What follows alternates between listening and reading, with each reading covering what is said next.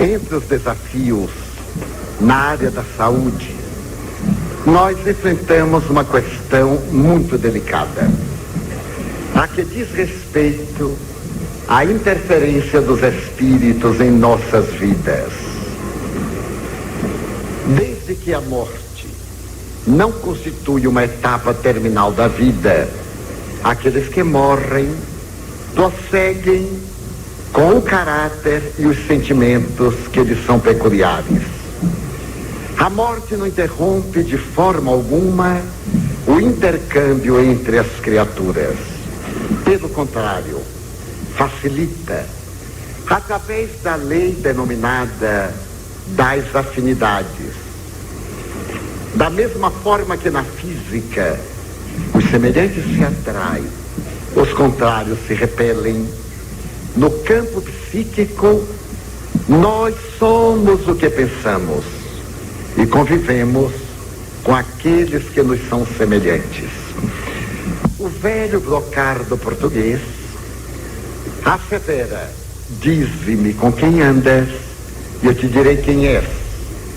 Nós aqui faríamos uma inversão de termos: dize-me quem és e eu te direi com quem andas.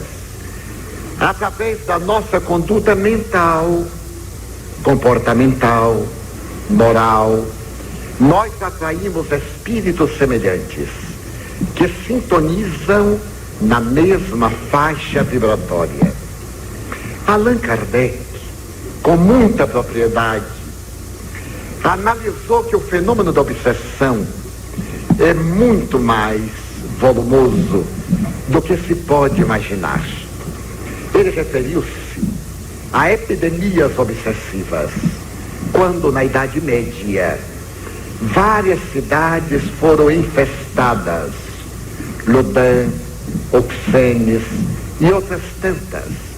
Ficaram célebres as obsessões conventuais, em que muitos monges masculinos e femininos, em razão da abstinência sexual ou do comportamento desvairado, atraíam espíritos semelhantes e entravam em delírios obsessivos. A literatura especializada refere-se muito às aberrações sexuais dessa postura derivadas. Na nossa atualidade, vivemos uma psicosfera que se caracteriza pela densidade de vibrações perturbadoras. As criaturas humanas eliminam ideias torpes, com exceções compreensíveis, de necessidades aparentes e viciosas, e assimilam do mundo espiritual inferior vibrações profundamente desequilibrantes. Faz muitos anos, Chico Xavier, em uma conversa com vários amigos, entre os quais estava o então orador Newton Boechat, de saudosa memória, narrou que no começo da sua mediunidade, em estado de desdobramento da personalidade, ele foi levado pelos bons espíritos a uma região que se caracterizava pelo despautério moral, pela vulgaridade dos sentimentos e pela exorbitância do intercurso sexual. Narrava Chico, com as cores da lembrança, que aquela era uma cidade espiritual totalmente dedicada às aberrações a que se haviam entregado os espíritos quando estavam na terra. E lá continuavam atendendo ao desbordar dessas paixões. Havia desfiles de carros alegóricos, mas que representavam as genitálias humanas com aspectos de uma vulgaridade que ele não tinha como definir. E os espíritos vivenciavam uma bacanal que não tinha término, usurpando as energias de pessoas vinculadas que se encontravam na Terra e ao mesmo tempo estudando aquelas vibrações do teor mais carregado compreensíveis. Passaram-se muitos anos e por volta dos anos 60, uma atriz alemã resolveu começar a divulgação de artefatos sexuais nas chamadas lojas de sexo. Logo se espalharam pelo mundo inteiro e a pornografia tomou conta dos arraiais terrestres. Podíamos constatar que aquelas entidades que Chico pôde observar estavam reencarnadas, porquanto ele havia sido levado àquela região para ver o espetáculo dantesco, e os benfeitores diziam que aqueles espíritos ali residentes seriam conduzidos compulsoriamente à reencarnação na Terra para terem oportunidade de amortecer os apetites no vaso carnal e possivelmente mudarem de atitudes neste momento da grande transformação por que passa o planeta. Não é necessário que se tenha uma formação religiosa ou um conhecimento mais sutil das propostas espirituais para que se concorde que estamos num momento de grande transição. Transição de valores, transição de conteúdos, transição de comportamentos. E quando essas lojas se espalharam pelo mundo e a pornografia e o erotismo passaram a ser os elementos de primordial consumo, pôde-se constatar que aqueles espíritos retidos nas regiões inferiores estavam realmente reencarnados na Terra massivamente e de uma forma tão perturbadora que eles apresentam-se ingênuos, porque são primários, não são perversos, são apenas viciosos e entregam-se a essas práticas aberrantes sem talvez terem uma ideia de ética moral, porque não têm discernimento entre o bem nem o mal, desde que eles se sintam bem, nem o bom nem o vulgar, desde que eles se comprazam, nem o nobre nem o degradante, desde que isso atenda às suas necessidades. Então nós chegamos ao momento em que o fenômeno sexual aberrante, pornográfico e erótico atinge expressões dantes jamais sonhadas.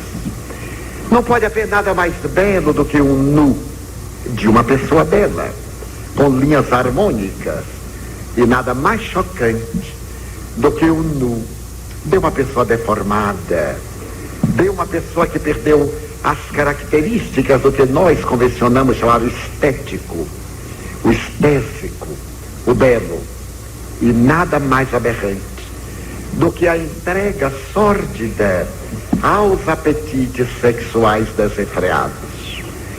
Se nós observarmos, sem qualquer puritanismo de minha parte, as novelas e a proposta de conteúdo, trazem sempre a chama do acepipe sexual.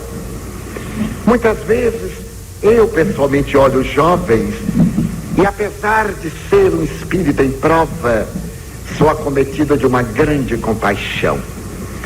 Jesus, sempre que olhava a humanidade, experimentava uma grande compaixão pelas nossas misérias, pelas nossas torpezas, pela nossa pequenez. Guardadas as proporções infinitas, esse sentimento me invade quando olho as crianças louças, sonhadoras, ingênuas, e as ofertas que estão nas cadeias de televisão a qualquer hora. A violência, a sensualidade descabida, a vilania moral, a baixeza. Adquire cidadania a mulher que teve uma vida irregular com pessoas famosas. Quanto mais devassa, mais aplaudida. Então, com uma certa ufania, a pessoa exibe a relação dos amantes poderosos com quem manteve, eu nem direi uma vida íntima, porque não é íntima, é pública, com quem manteve relacionamentos sexuais. O que lhe dá em nossa sociedade aturdida status, elegendo essas jovens a deusas e educadoras da nossa infância. São elas, com todo o respeito que a mim me merecem, que se transformam em modelos, porque são elas as chamadas babás eletrônicas dos nossos filhos, na hora em que os pais, os educadores, não estão em casa. Nada contra, nada a favor. Porque é na infância que nós infundimos os valores éticos. É na infância que nós plasmamos o cidadão. É na infância, quando o cérebro tem capacidade de assimilar os novos valores, para poder mais tarde digerir as heranças atávicas das reencarnações transatas. É nessa infância que nós colocamos paradigmas do bem e do mal. Os cínicos costumam dizer, é uma questão geográfica. Não é. É uma questão biológica. O ser biológico tem uma constituição para manifestações dentro dos parâmetros glandulares. E quando as glândulas exercem funções além das suas possibilidades, entram em processos de escassez, de desequilíbrio, de distonia, exigindo que os fenômenos normais sejam precedidos de substâncias químicas estimulantes ou de outras substâncias que conduzam ao delírio. E voltamos ao ser animal, primitivo, dos instintos, sem emoção.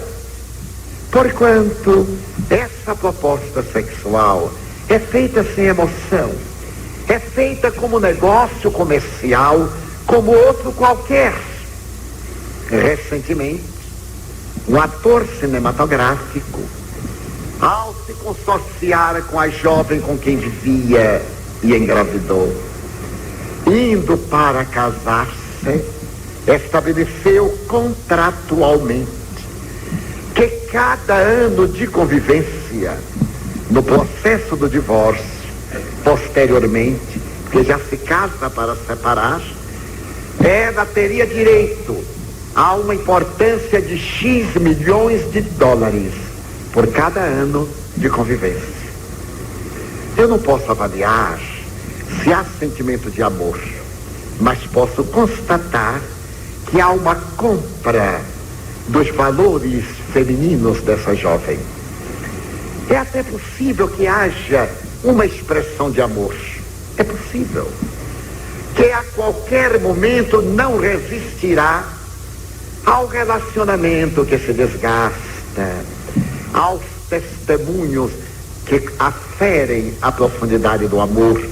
E como é jovem, ela vai querer continuar a sua vida e sai desse relacionamento milionária, multimilionária, até um novo consórcio com outro homem. Talvez que ele vai exigir, por sua vez, que a quererá.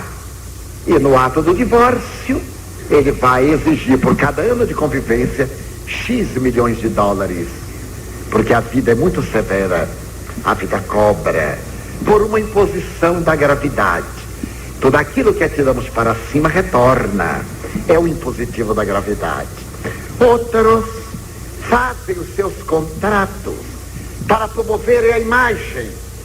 Se, por exemplo, uma jovem se vincula, mesmo que extraconjugalmente, a uma pessoa importante, a um jovem que é astro da velocidade, ou do beisebol, ou do futebol, então ela se torna célebre, porque foi amante desse indivíduo.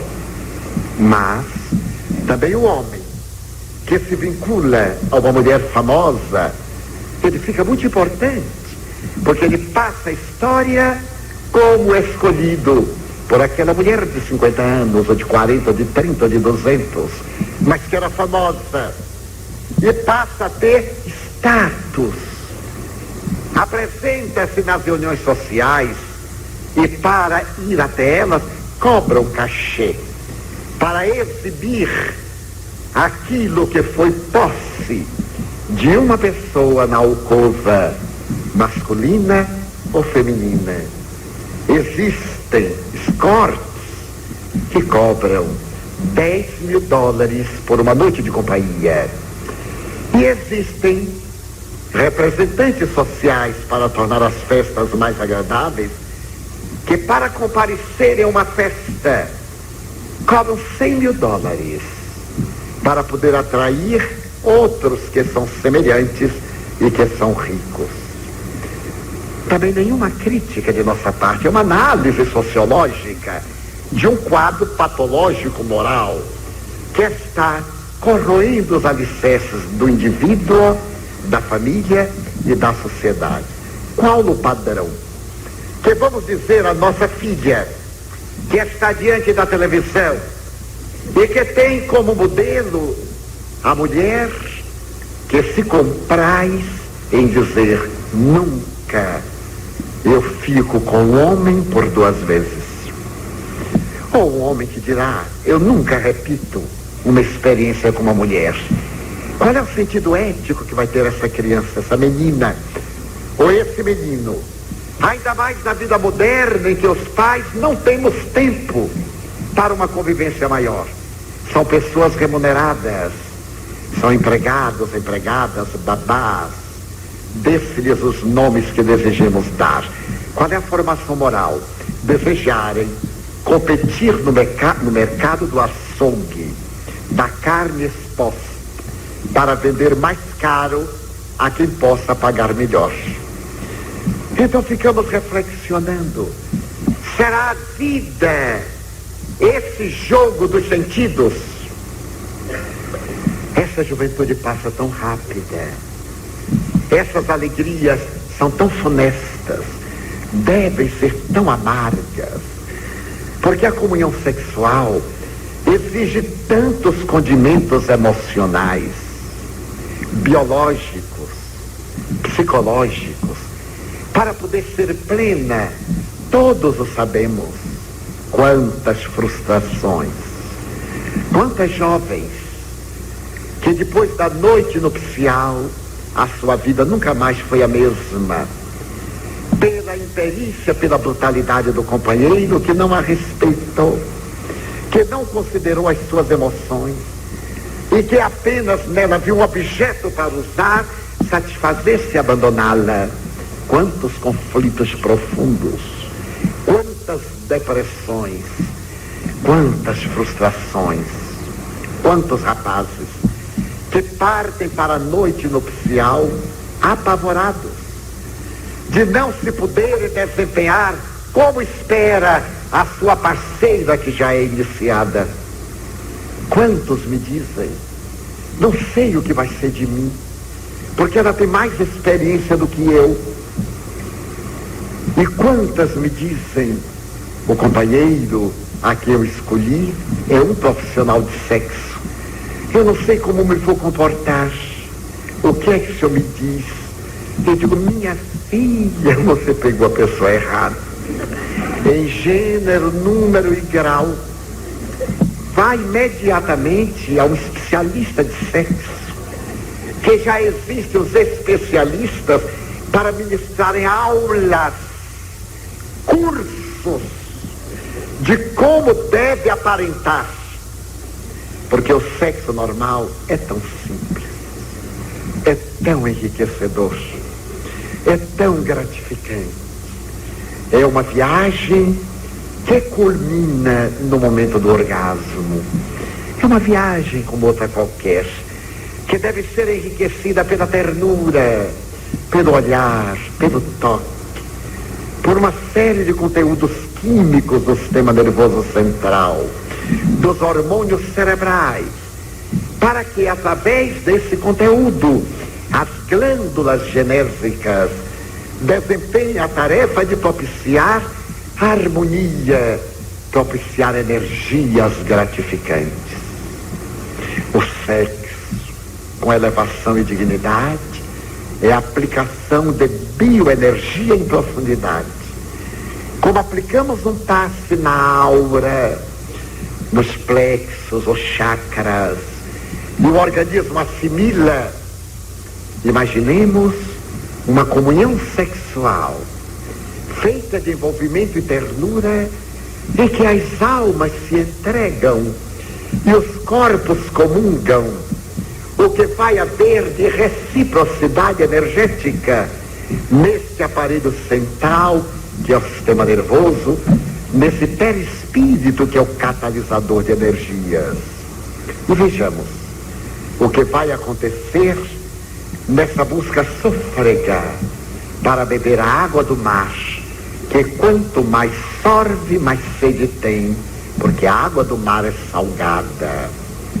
Em uma bela página do Espírito Alexandre, através da narrativa de André Luiz por Chico Xavier, um jovem que apresentava distúrbios na área do sexo, Alexandre faz uma análise e diz: vejo duas entidades profundamente perversas e obsessoras que ele adquiriu em um prostíbulo, porque na convivência daquele prostíbulo ele trouxe esses vampiros no seu perispírito, no tempo em que se frequentava prostíbulo.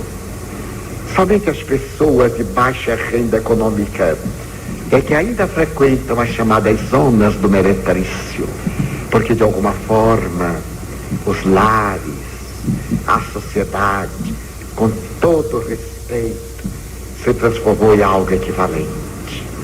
A filha traz para casa um namoradinho e o pai aceita que durma com a filha. Como me disse, é melhor do que ir a um motel.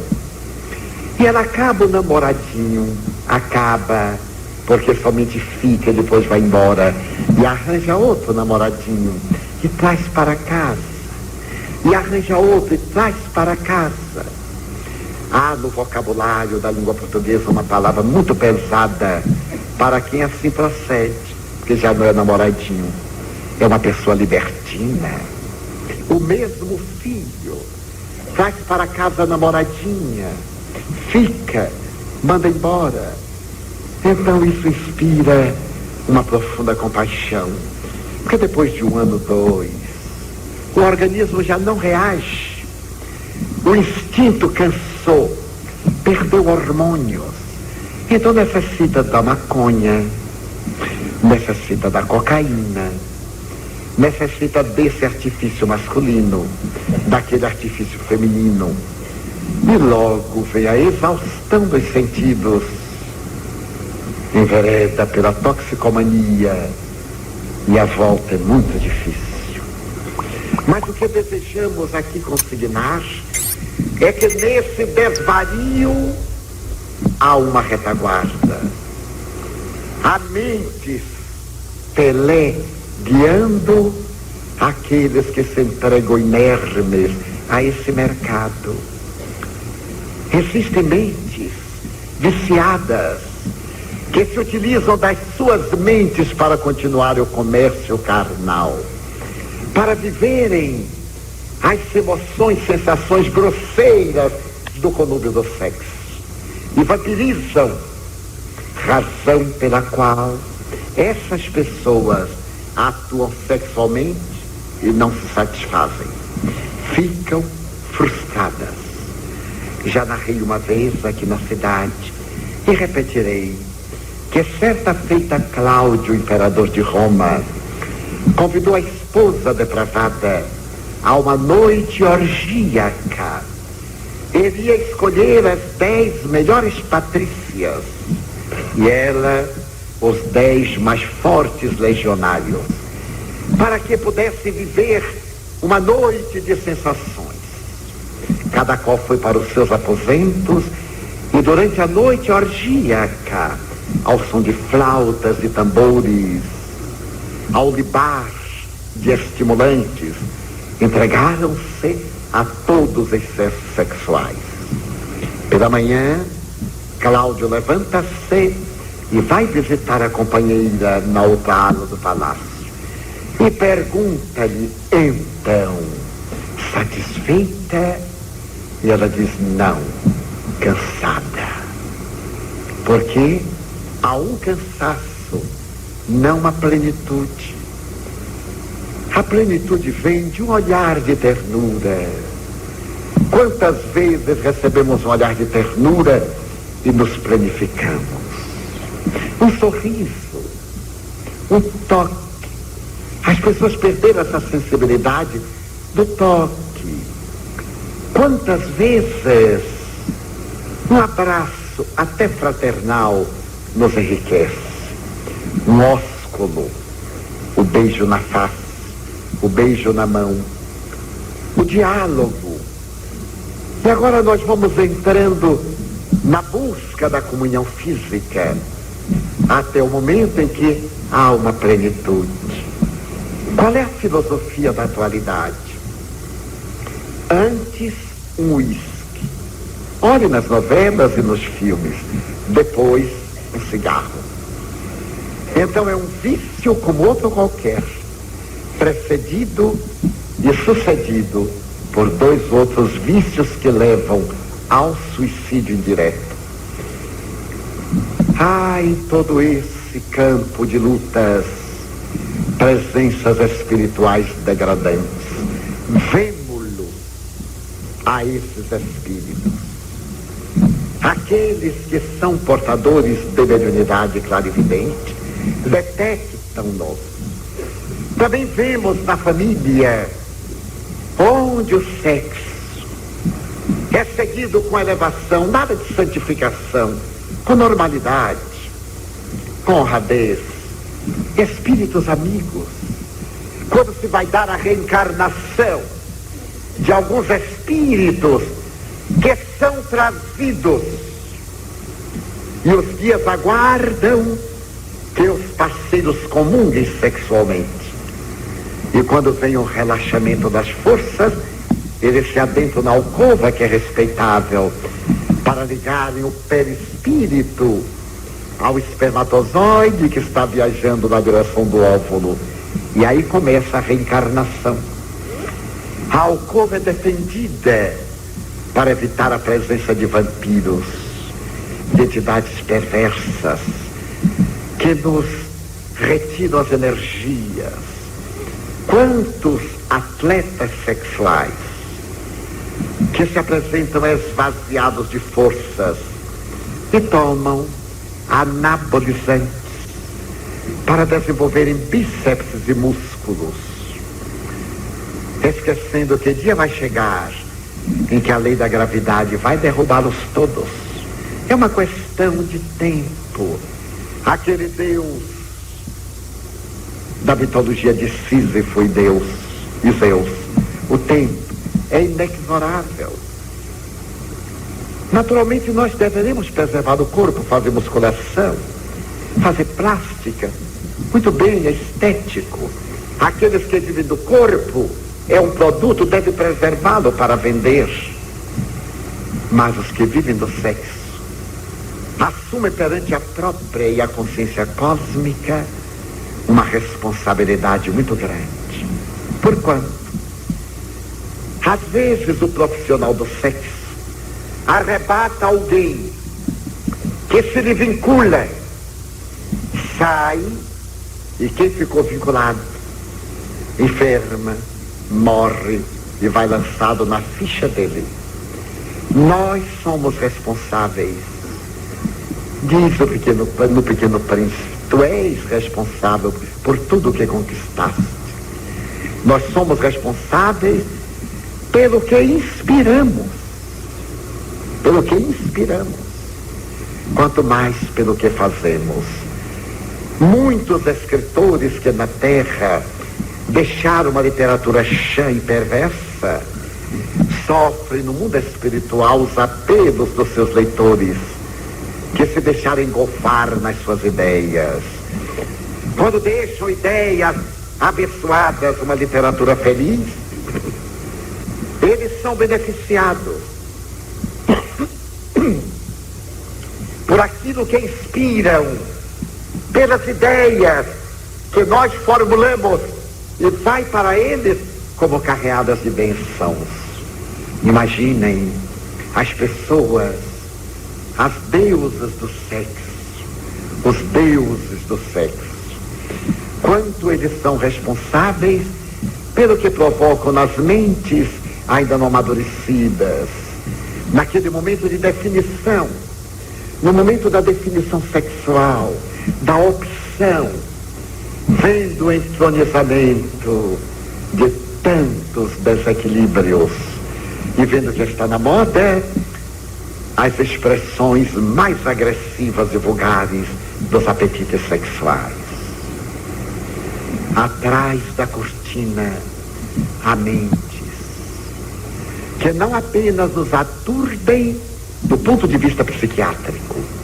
Quando nós falamos sobre obsessão, logo nos ocorrem os fenômenos neuróticos psicóticos, autistas, esquizofrênicos, que sempre trazem um conteúdo de vida passada e uma complicação de vida presente. Queremos enfocar hoje a obsessão nesta paisagem que está aturdindo as criaturas humanas. Os lares desfazem-se, amores profundos diluem-se com uma facilidade tremenda. A impotência masculina é alarmante. Os índices de impotência psicológica são alarmantes. Que eu digo muitas esposas e parceiras, porque a mente febricitada, depois de exorbitar, perde o controle sobre o organismo. E o organismo não responde quando a mente apela. Então passa para as aberrações, ou para os estímulos fortes. A frieza feminina cada vez é maior na intimidade conjugal, porque as pessoas despertadas para as aberrações, quando tem um relacionamento normal, digno, faz frigidez e passa a experimentar uma certa indiferença quando não repulsa pelo companheiro, porque ele é normal. E a mente dela está assolada pela telenovela, por aquelas criaturas que têm vivido exclusivamente para novas conquistas aberrantes na área do sexo, do álcool, de drogas outras químicas. Então, é um grande desafio. Em nossa vida moderna, o sexo é o grande desafio do momento, para nos levar à saúde integral, porque o tormento sexual conduz à falta de saúde emocional. E é necessário que o sexo passe a ser usado para a vida, e não a vida para usar o sexo. Que ele seja um contingente do processo evolutivo, mas não um fator essencial do nosso desenvolvimento evolutivo. A mim me parece que a fome, a miséria socioeconômica, que são tão degradantes, não são tão impiedosas quanto o vazio espiritual decorrente dos conflitos sexuais. As pessoas estamos tão aturdidas neste conteúdo que a mente está direcionada exclusivamente para os outdoors, para as exposições, e para onde nos viramos, ali está embutido subliminarmente o apelo sexual. É chegado o momento de nós sermos pessoas felizes, com o sexo, naturalmente, dentro de padrões éticos, de não levarmos o bordel para a nossa casa. Amigos me contam que o seu estado é tão lamentável que leva a esposa para motéis, para assistir filmes pornográficos, através dos quais tem estímulo. E me diz: socorra-me. E uma profunda compaixão me toma conta. E eu posso dizer: não posso fazer nada, só orar por você, porque você terá que se desvincular desses que o exploram psiquicamente, que você adquiriu no bordel, no motel, ou no palácio de luxo, que também é um bordel, desde que se faça uso de natureza negativa. É necessário que o nosso lar seja o nosso lar, não uma casa de comércio carnal. É necessário que respeitemos a companheira e que ela respeite o parceiro, que saia dos devaneios mentais. Dê-me licença para narrar um encontro com uma dama. Ela chegou-se até mim, atormentada, e um acompanhamento espirituoso, no entanto de uma beleza física impressionante. Parecia uma estátua feita de carne.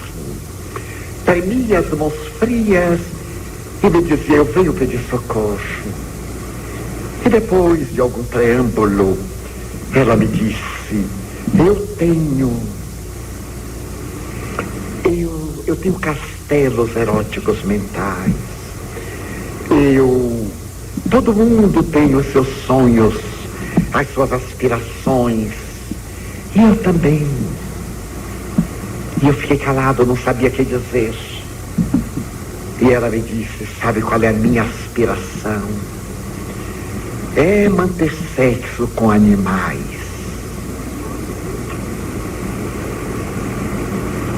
Eu deixei que ela falasse. As lágrimas me correram. E ela me disse: cães e cavalos. O que é que o senhor me diz? O que é que cada um de nós poderia dizer? Ela não veio para ser repreendida, censurada. Ela veio pedir remédio. Mas a companhia de que ela se fazia portadora era de um nível dos piores que eu vi numa longa vida. E eu não tive o que lhe dizer. Eu só tive para dizer a ela: ame-se. Você perdeu o contato com você mesma. Ame-se. Não é você quem tem necessidade. São outras mentes usando a sua mente. Procure recordar-se de quando era menina. Volte aos sonhos e às ambições infantis. E mentalmente eu pedia socorro aos espíritos nobres, porque ela estava sofrendo. Era vítima de si mesma. Havia passado pelos corredores da corrupção, com criaturas humanas, com pervertidos, até que saturou. Teria que partir agora para o máximo, para a loucura. E anotei o nome. Vou orar pela senhora até o último dia da minha vida física. E ela me disse: vai demorar tanto? Eu digo: a depender da senhora. Então, só se eu me internar num sanatório. Eu digo: peça para internar-se num sanatório, vestindo uma camisa de força e ficar totalmente atada até que passe a grande crise que a senhora vai ter. Faz quanto tempo? Eu digo, minha irmã, no mundo espiritual, os anos que nós demoramos para nos viciar e nos perverter, nós viveremos esses anos lá para nos desintoxicarmos. Ninguém pense que morreu já se liberta de tudo. O tempo de pregnância vai exigir um correspondente de desimpregnação. E nunca me esqueci do rosto dessa dama. Já se passaram alguns anos, poucos. Oro por ela. Peço misericórdia aos espíritos. Tenho me proposto nas nossas reuniões mediúnicas de desobsessão para que os mentores tragam algumas dessas entidades para que se utilizem da minha instrumentalidade para diminuir a carga. E por isso reservei para a etapa pré-final de vida, desafios e soluções este desafio, o desafio sexual, solução, mente educada. Olhemos tudo, ouçamos tudo, vejamos tudo, como dizia Buda, sem emoção. Interessante. Se a pessoa deforma o corpo com silicone, uma aberração, porque não há beleza estética, é uma aberração para vender. E uma onda de compaixão. Se nós temos algo a corrigir, façamos-no por estética, por beleza, pelo prazer de sentir-se bem consigo mesmo, mas não para expor como filé mignon no mercado para quem tiver mais dinheiro para comprar, porque a nossa plenitude virá com a nossa paz interior. É o grande desafio. E o outro antídoto para quaisquer desafios é a oração. A busca de comunhão com Deus. A elevação do nosso pensamento. O apelo. Nunca estamos abandonados. Espíritos nobres, familiares, amigos, assessoram-nos e aguardam somente que nós pensemos neles para ver a imantação. Pessoas dizem-se tão solitárias e cultivam essa soledade, essa solidão, sem abrirem a porta para que entre o amor. Pensem nos seres queridos. Eles aguardam o momento de sintonia para poder inspirar. Pensem em Jesus, no seu guru desencarnado, no mentor da sua religião, no seu santo de eleição. Repitam na sua criança interior: meu anjo da guarda, contigo me deito, contigo me levanto, abençoa meu dia. Ao invés de nos deitarmos ressumando mágoa e despertarmos eliminando ressentimentos. O mundo, escreveu Alberto Einstein, de ondas, de mentes, de energias, de ideias, de vibrações que se intercomunicam. E se a nossa onda mental for direcionada, ela vai ter uma ressonância. Vemo-lo a cada momento, a todo instante. Podemos saber quando a pessoa está pensando bem e quando está pensando mal. Não é necessário nem dizer muitas vezes o problema, porque pelo acompanhamento calculamos o que está se passando na sua casa mental. Criemos o hábito dos bons pensamentos, mesmo dos bons pensamentos impossíveis. Isto é, aqueles que nós achamos que não vão acontecer. Por que não? Vão acontecer. Construamos-los. Joana de Ângeles diz: toda obra começa na planificação mental, depois na programação e, por fim, na execução. Pensemos, desenhemos e executemos quando a oportunidade se nos parecer favorável. E a qualquer sacrifício, comecemos a cortar os vínculos com o astral inferior, para usar uma frase da moda, com os espíritos vulgares e perversos, nossos irmãos doentes, que necessitam de oração, de comiseração, que necessitam de paz. O grande desafio sexual, quando alguém acercar-se aturdido e perturbador, tentando comprometer o seu futuro, tenha coragem de dizer não. Quando alguém quiser estar, mas não for para ficar, tenha coragem de dizer não. Do que vale um afeto que só deixa a memória amarga? Pergunte-se a quem esteve ontem como é que se encontra hoje. E volvamos ao amor natural, à afetividade, à comunicação de boas palavras. Tornemos o nosso amor mais vibrante, com mais combustível. Quando o companheiro vier buscar uma resposta carnal, digamos a ele: um momentinho, eu não sou máquina, vamos conversar. Quando a companheira estiver aturdida e vier exigindo uma resposta, diga: não sou robô, vamos conversar. O diálogo, para tirar os conflitos, para que os nossos relacionamentos não sejam conflitivos, para que depois não tenhamos uma vida amargada, conflituosa, cheia de insatisfações.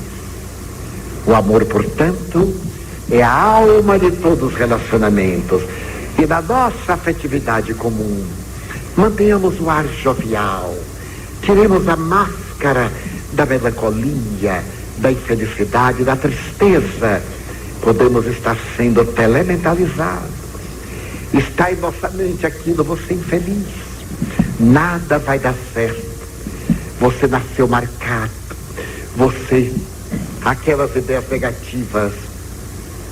Quando isso me vinha no passado, eu era menos experiente, e aquela ideia obsedinte me chegava, e obsidiante, eu balançava a cabeça como quem tirava um apêndice, dizendo: negativo, vai dar tudo bem, vai dar certo. Discutia, e como eu sou muito teimoso, eu vencia.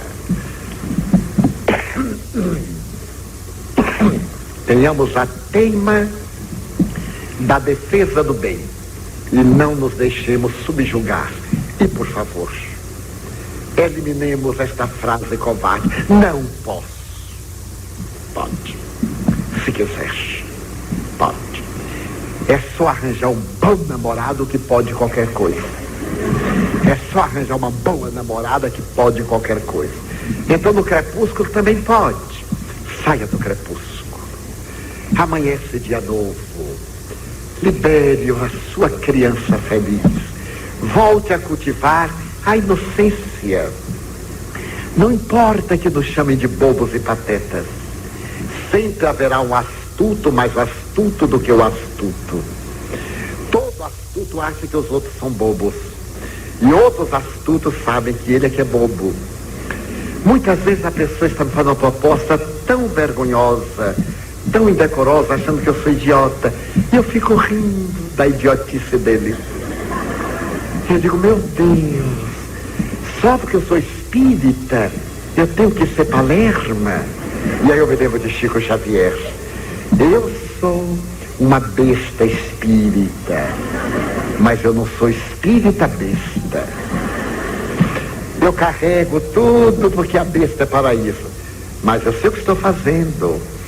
Então eu gostaria de deixar esta mensagem, que é o grande desafio, que é o conflito do filho e da filha, do companheiro e do amigo, de um amigo que de repente muda o tipo de relacionamento. Ai, mas eu estou apaixonado por você. Aí assim, conversa fiada. Você está só deslumbrado pela novidade. Vamos continuar, amigo. Façamos uma oração íntima, agradecendo os bens da vida e dizendo a Jesus que nós chegamos aqui com uma porção de questões mentais e vamos sair um pouco melhores ante as vibrações afetuosas dos nossos guias, nossos familiares e da Mãe Santíssima que vela por nós. Nós te pedimos, Jesus, por nós próprios,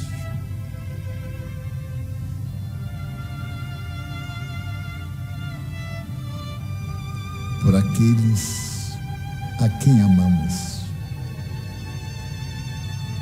por todos quanto nos amam. Nós te pedimos pelos nossos adversários que nos desejam mal, que sejam felizes e nos deixem em paz. Pela nossa casa querida, aonde procuramos viver as tuas lições. Também te pedimos em favor dos espíritos maus que se comprazem nas perseguições ao bem.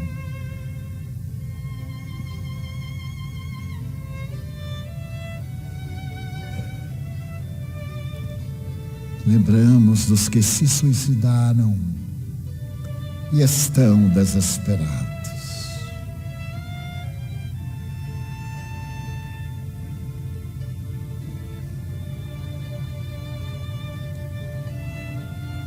Nós te suplicamos pela paz em nossos corações.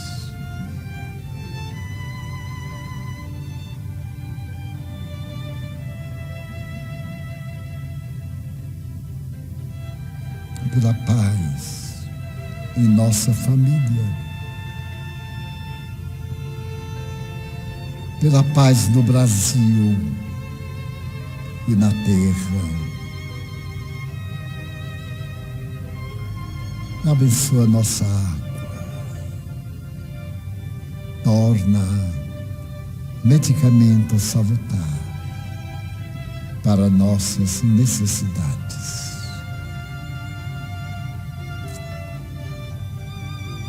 Benditos os dias do Senhor. Agradecemos-te tudo esta noite, suplicando-te que nos acompanhes de volta à família. Em teu nome, recordando a paternidade divina e a Mãe Santíssima, pelos Espíritos bons que nos vêm socorrer, encerramos a nossa reunião com votos de muita paz.